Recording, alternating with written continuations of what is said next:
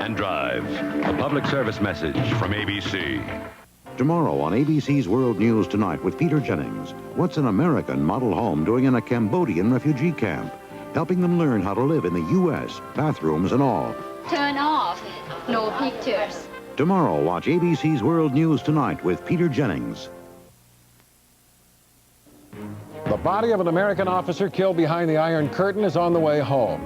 Mesquite City planners refuse to allow a recent bombing to force them to change zoning laws for abortion clinics. These stories, highlights of tonight's Academy Awards, and a taste of spring when we come back. Listen to this deal. 8.8% new truck financing from Nissan. And a great deal you can get from your Nissan Datsun dealer. You could save over $600 in interest on this Nissan. And over $1,300 on this one. Dickie, why am I doing this? So you could surprise them with the other deal. But I already did that! Do it again, Tom. 8.8 from Nissan. Plus, a great deal you can get from your Nissan Datsun dealer. Because one good deal deserves another. Gentlemen, how many billions and billions of burgers have we sold? Billions! Billions! And billions and billions and While billions! they're making them by the billions at Jack in the Box, we're creating new burger classics, like the new mushroom burger. Mushroom sautéed with a hint of garlic with melting Swiss on an onion roll. The new mushroom burger. Taste you can't make by the Billions! and billions and billions! Jack in the Box. There's no comparison. I always like to grow things. Sam and I started out doing lawns. With an ad in the Southwestern Bell Yellow Pages. Yeah, things went so well, we started growing shrubs and flowers, too. Put it in our ad. Then we grew trees. Told people here. Yeah, thanks to Sam's Yellow Pages ad and my green thumb, we've grown something we can really be proud of. You mean the new orchard out back? No, the business, Sam, the business. The Southwestern Bell Yellow Pages, because nobody's in business to grow smaller.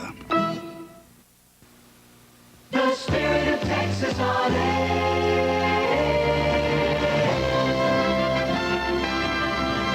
This is the News 8 Update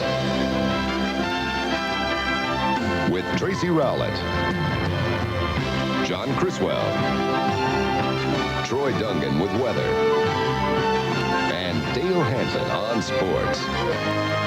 There was completely no justification for the murder of Major Nicholson or for the use of force of any kind. An angry reaction to the death of an American officer in East Germany. Tonight, the body of Major Arthur Nicholson, Jr. was flown to Frankfurt, West Germany, en route to the United States. The 37-year-old Nicholson was shot and killed yesterday while assigned to the American military liaison in Potsdam, East Germany. State Department officials tonight are calling it murder. The Soviet Union says Nicholson and his driver were in a clearly marked restricted area, were wearing camouflage uniforms, and that Nicholson was shot while taking pictures of combat equipment. They say one of their guards fired a warning shot, then killed Nicholson when he tried to escape. But the United States maintains the patrol was not in a restricted area, that camouflage is standard military uniform, and that they are allowed to carry cameras. There was no verbal warning shot. There was no warning at all, according to the United States. The American driver who accompanied Nicholson says the Soviets refused to administer first aid, and that allowed Nicholson to bleed to death. In the meantime, in Washington, President Reagan said Nicholson's death was a tragedy that never should have happened. He said Nicholson was doing nothing other than what's allowed under U.S.-Soviet agreements. A 1947 treaty set up an American military liaison in East Germany and a similar Soviet facility in West Germany. Both facilities monitor the military activities of the other, but the officers are not considered spies since they operate in the open. Later, State Department officials issued even a stronger statement. We're not aware of any clear warning signs, and we are confident that the major, the sergeant, and their vehicle were outside of the restricted area. And the Soviets tonight have been asked for a full explanation. Back home in Fort Worth tonight, 3 men are in custody in connection with the murder of a 19-year-old Euless woman early this morning. Police say Carla McMillan, the daughter of a deputy sheriff, was shot to death at a fast food restaurant because she didn't give a robber the money he demanded. Dave Cassidy reports. 19-year-old Carla McMillan probably didn't think she was taking her life in her hands when she and a friend decided to get a hamburger early this morning. But shortly before 1 a.m., 3 men robbed this Whataburger on Fort Worth's far south side. They ordered the customers to hand over their money. And when Carla said she didn't have any money, one of the robbers shot her in the chest. When I came up here, firemen were trying to revive the girl, and they couldn't revive her. Police say the same men may have robbed 3 other restaurants, including an International House of Pancakes not far from the Whataburger and the Old South Pancake House on the near west side. Late this morning, police found a car which matched the description of one of the robbers' cars. And a short time later, they arrested 3 men. Before noon, acting information that officers received and Hansen worked on, they arrested 3 people. And tomorrow they may be charged with the murder of Carla McMillan. Dave Cassidy, Channel 8 News. Firefighters are working to douse the final embers of a blaze at a Grand Prairie church school. A metal classroom building at the Evangel Temple Christian School at 302 West Highway 303 was destroyed. Youth pastor Johnny Knight said a church service had ended about 8:30 this evening. The fire broke out a short time later. 440 junior high and high school students attended the school. One firefighter suffered minor smoke inhalation but returned to fight the blaze after being treated. Knight said an electrical fire had broken out in the same building about 2 months ago. However, the building had been rewired. No word yet as to what caused the fire. Last month's arson attack at the Mesquite Abortion Clinic has prompted a proposed ordinance to require future abortion clinics to locate in totally separate buildings. Tonight it was voted down by the Mesquite Planning and Zoning Commission. Channel 8's Jane Peterson is here now with more on that story. Jane? Tracy, tonight's no vote does not mean this proposal is dead. It will still go before the City Council next Monday, and that forum will decide whether the zoning change designed to protect other businesses is appropriate. The Mesquite Abortion Clinic was not the only one to go up in flames last month. About a dozen other businesses were housed in the same building. The total damage, more than $1.5 million. It is to such other businesses that the proposed ordinance speaks, in effect protecting them from future abortion clinic attacks by banning the clinics from multi-tenant buildings. Tonight, the public was invited to express their views before the Mesquite Planning and Zoning Commission. Those opposing abortion all strongly in favor of the ordinance, which they believe will hinder efforts to locate another clinic in Mesquite. We certainly are in support of this ordinance, and thank you for your time. Pro-choice advocates also agree that the ordinance will stifle a new Mesquite abortion clinic. Tonight, their efforts to stop this ordinance were bolstered by a former planning commissioner who calls the proposal unconstitutional and asinine. If you were to change these ordinances, you are penalizing a victim. You are not protecting any other business. The majority of the commissioners agreed, all but one voting not to recommend the proposed ordinance to the Mesquite City Council. We might not like what they do, but I don't think you can single them out and try to legislate to them and control them through this type of means. Both pro-choice and anti-abortion advocates will now wait for the City Council vote on Monday. Pro-choice people say that if the ordinance passes, they will take it to federal court on grounds that it's unconstitutional. Anti-abortion people, on the other hand, say that regardless of this ordinance, they will continue to picket all abortion clinics in the area. One final note. Officials say they still have no idea who started this Mesquite clinic fire. Tonight they said they are still hoping that someone will come forward with new information. John? All right, Jane, thank you. 2 of the nation's biggest defense contractors are in serious trouble with the federal government. According to a published report, General Electric says it will face criminal indictments for fraud. The Philadelphia Inquirer reports in Tuesday editions that GE will be charged in connection with contracts for nuclear warhead systems. GE, the 4th biggest Pentagon supplier, denies any wrongdoing. Under pressure from the Pentagon and from Capitol Hill, #1 defense contractor General Dynamics today agreed to reduce its bills to the government by $23 million.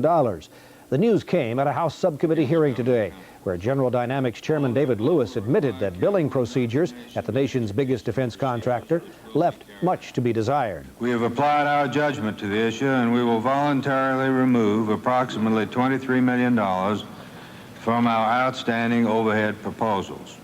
This figure may increase somewhat as a result of further negotiations. General Dynamics builds F-16 fighters for the Air Force at its factory in Fort Worth. The defense giant is also responsible for most of the Navy's subs, M1 tanks for the Army, and a variety of other weapons. Tracy? Also, John, as the General Dynamics chairman was testifying tonight, a Texas senator was proposing legislation to block overcharges by defense contractors before they happen. Republican Phil Gramm is the author of a bill which would allow the Pentagon to ask less from taxpayers while getting more from contractors. Channel 8's Robert Riggs reports tonight from Washington. Senator Phil Gramm's Pentagon spending reforms take aim at defense contractors' overcharges. Gramm's proposal outlaws abuses such as General Dynamics' attempt to charge taxpayers for dog kennel fees. The bill bans charging overhead costs for advertising, country club dues, personal use of corporate cars and jets, entertainment, contributions, excessive hotel and meal expenses, lobbying, gifts, and junkets. Gramm says the present system encourages defense contractors to charge what they can get away with. He uses this comparison.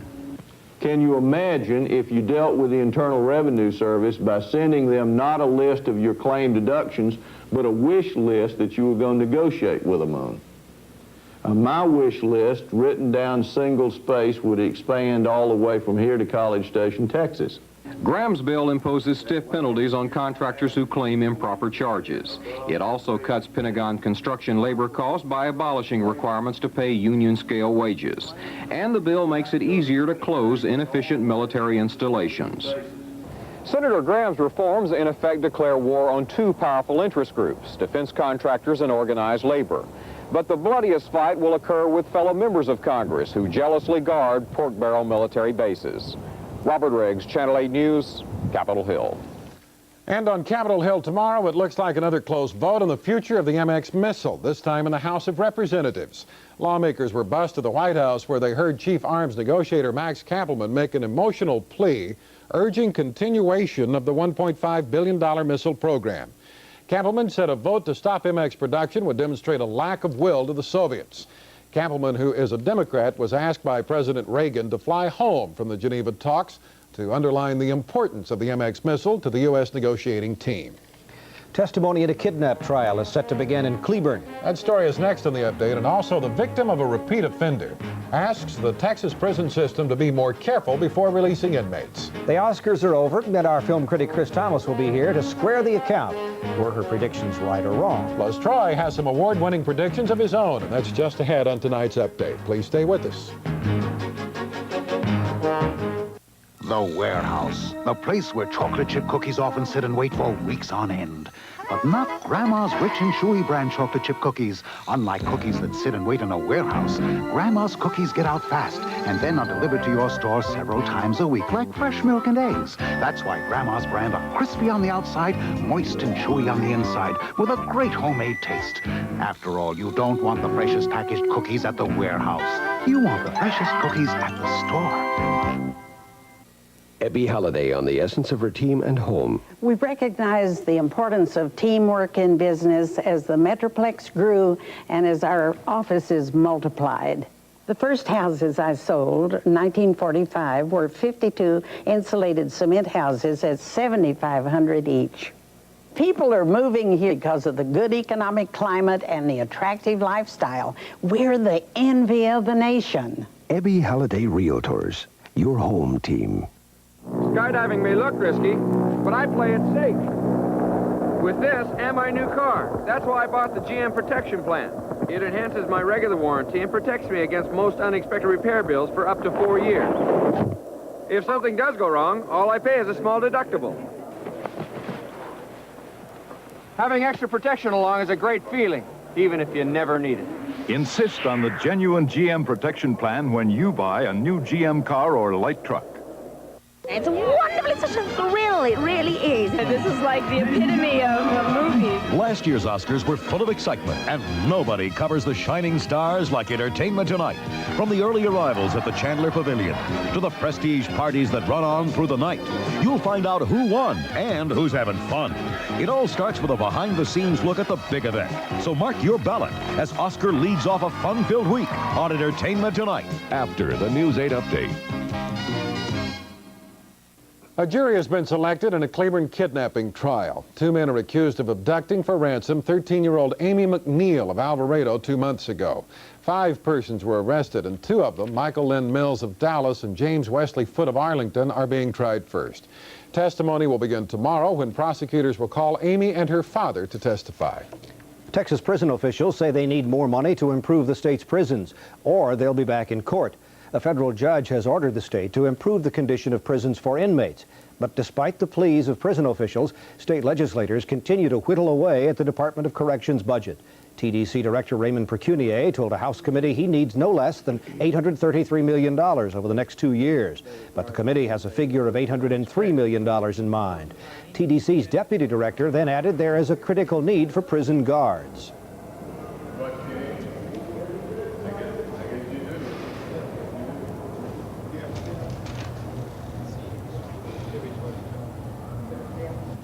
So we could still be effective. And what we need desperately to do is to add additional body alarms and security equipment, metal detectors, and those kinds of equipment into at least our medium custody facilities, and we need some of that. The corrections budget will get another going over tomorrow from the Senate Finance Committee. Statistics show that most violent crimes are committed by people who have been arrested before. A Dallas-based organization is fighting to keep repeat offenders behind bars. The Associated Texans Against Crime Group says more prisons and tougher parole standards will help, as Channel 8's Gloria Campos reports. When Dallas police arrest suspects for murder, robbery, or any other violent felony crimes, chances are they'll be repeat offenders. The proof is in a 6-month study conducted by Dallas police last year. The survey shows 76% of the people arrested in connection with police shootings had prior arrest records. 71% of all homicide arrests netted repeat offenders. 68% of the men arrested for rape also had prior records, as did 74% of the people arrested on robbery charges. The majority of arrests for aggravated assault and burglary also involved repeat offenders. Well, I think it's a serious problem when you consider it in conjunction with the early release program, because you know, we do know that there is a given figure in excess of 40% of people who, when let out of the prison, will probably go back with another felony offense. As chairman of the Dallas-based Associated Texans Against Crime, Brown cites a Justice Department survey that indicates 61% of all inmates released from U.S. prisons are repeat offenders. Susan Key has first-hand experience with repeat offenders. 18 months ago, she was attacked by a man who had 2 prior convictions and was sentenced to 15 years in prison.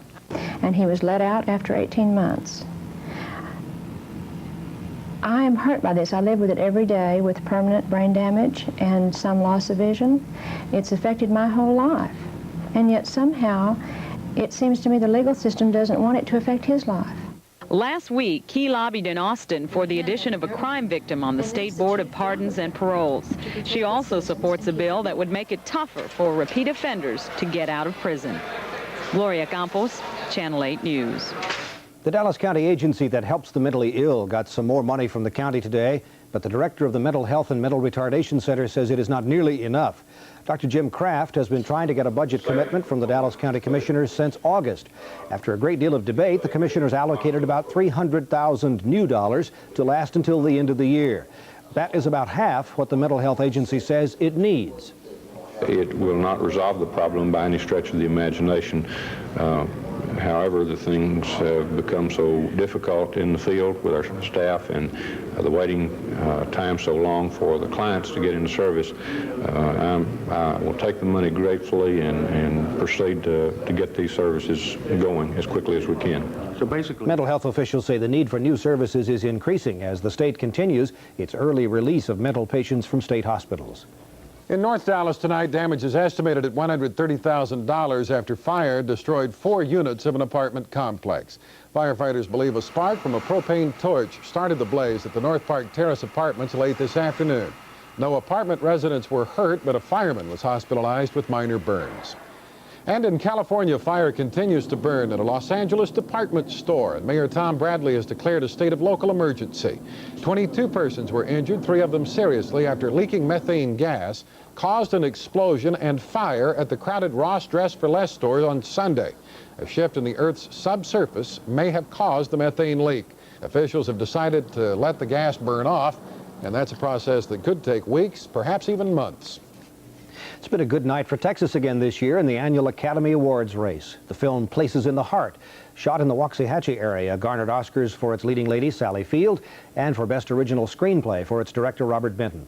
Channel 8's movie critic Chris Thomas is here now with some thoughts on several of tonight's top awards. First, I'd like to thank the Academy for keeping us up so late again this year.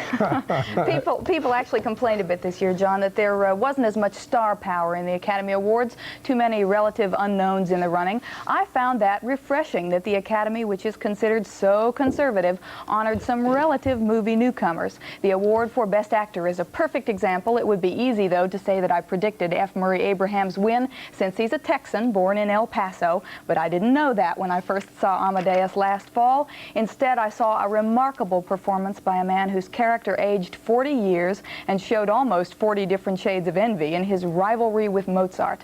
Abraham hasn't exactly been a household name in Hollywood, but he is known for his fine supporting work in films like Serpico, All the President's Men, and most recently in Scarface with Al Pacino last Christmas. The Best Actress race was one of the other sure-thing predictions, with Sally Field the front-runner for her role as a Texas farm widow in Places in the Heart. I'm glad there is a Texas tie-in in this award, too, since so many fine local actors and crew members worked on Places in the Heart, but I do feel this role was so similar to the spunky mill worker Sally Field portrayed back in the 1979 hit Norma Ray. I would have liked to have seen Judy Davis take home this Oscar instead. My prediction for Best Picture was my mistake of the year. I guess if you have to blow it, you might as well do it in a major way, and I went with the movie that hit me right in the stomach.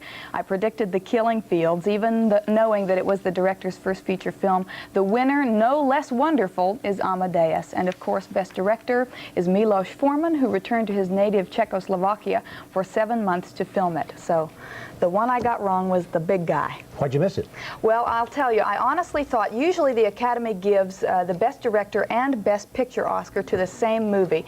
But I thought since the 2 films this year, Amadeus and Killing Fields, were so different and in their own ways so good, I honestly thought that they would give Milos Forman the Director Award and then give Best Picture to Killing Fields. And they're more traditional than I expected, I guess. I saw Amadeus and really loved it. I didn't see A Soldier's Story. John did and said it was great. Why didn't it win anything? Well, people said the same thing about The Big Chill last year, and generally speaking, those ensemble cast pictures have so many fine performances, and yet nobody's exactly a star, so they tend to cancel each other out in the running. Troy, you got a question? No, I just enjoyed the evening. It's nice to have Chris with us. How'd you do in the supporting performances? I got those, and I'm proud to say that that I did predict, and I'm probably one of the few that went out on this limb, Dr. Heng Noor for Best Supporting Actor. Once in a lifetime kind of thing, a man who had never acted and may never act in a movie after this, and his speech was long but heartwarming, and I also predicted Dame Peggy Ashcroft would win for Best Supporting Actress, and that was a shoe-in. She did. Dr. Jimmy the Greek would be proud. That's not bad. Speaking of Jimmy, the Jimmy Stewart Award was nice. That's right. Yeah, always some nice touches. That's right. Thank you, Chris, very much. Nice touch with the award tonight, even though you didn't get to ask Chris any questions. How about the award? Oh, I didn't have any questions. She did a fine job. And the thing was over at 5 minutes after 11, which was nice. That's right. And my predictions have been pretty good lately, so I'll make another one after this break. And a School of the Brake, the CRX HF, the #1 gas